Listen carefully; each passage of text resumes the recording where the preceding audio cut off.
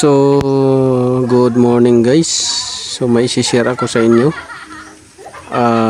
Anong gagawin ninyo kung sakaling biglang nagbawas ng hangin yung gulong ninyo.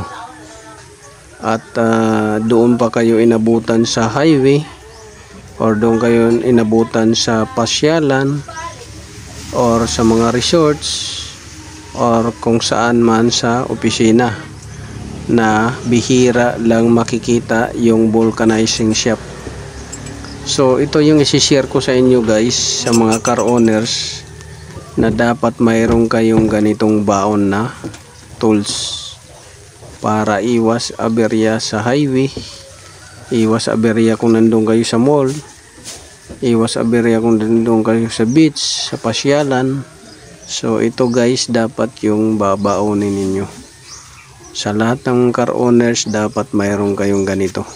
So mostly nagbabawas dyan sa pito na yan pagka matagal na yung pito ninyo. So panoorin nyo guys. So hello guys, good morning. So welcome back to my YouTube channel. This is Autoboyson. So ngayon guys, magsishare ako sa inyo guys itong ating topic, lalo na sa mga sasakyan. So dapat mayroon kayong ganito. So ito siya guys ay inflator sa gulong. So dapat mayroon kayong ganito, lalo na yung mga mahilig mag-outing, mag-adventure, malalayo yung pupuntahan, sa mga liblib na lugar ang pupuntahan, or kaya sa mga pasyalan. Tapos nagkataon yung gulong kasi ninyo habang umiinit minsan nagbabawas ng hangin, lalo na kung hindi siya nitrogen gas air ang nilagay. Yung mga standard lang o regular na hangin lang ang nilalagay galing sa air compressor. So sa haba ng biyahe nagbabawas yan minsan doon dumadaan sa gilid, minsan naman doon sa may pito dumadaan.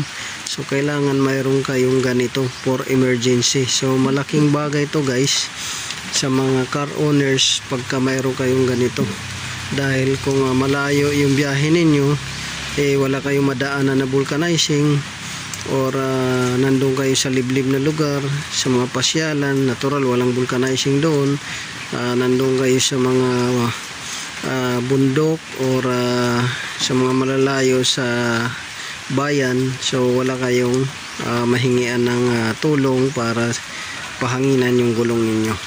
So kahit na walang butas siya pero nagbabawas, minsan doon yan sa mga pito, minsan naman doon sa mga gilid-gilid ng gulong.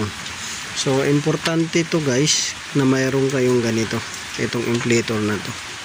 So sana nakatulong to sa inyo na dapat mayroon kayong ganito na inflator for emergency reason, at para hindi kayo maaberya sa daan, lalo na mga sa mga slicks. Tapos bigla na lang kayong napahinto at umihi, pagtingin ninyo nagbawas na ng hangin yung gulong nyo. So instead na magpalit kayo ng spare tire, mas mabuti na hanginan nyo lang muna para ma-justify ninyo kung magbabawas uli siya ng mabilis, so bago kayo makarating sa bayan. So yan lang ang masishare ko sa inyo guys about itong ating air inflator. So yun lang, this is Autoboyson. Sharing is caring. God bless you all. Panoorin nyo lang guys yung gulong na naplat na walang mahanap na panghangin. So yun lang.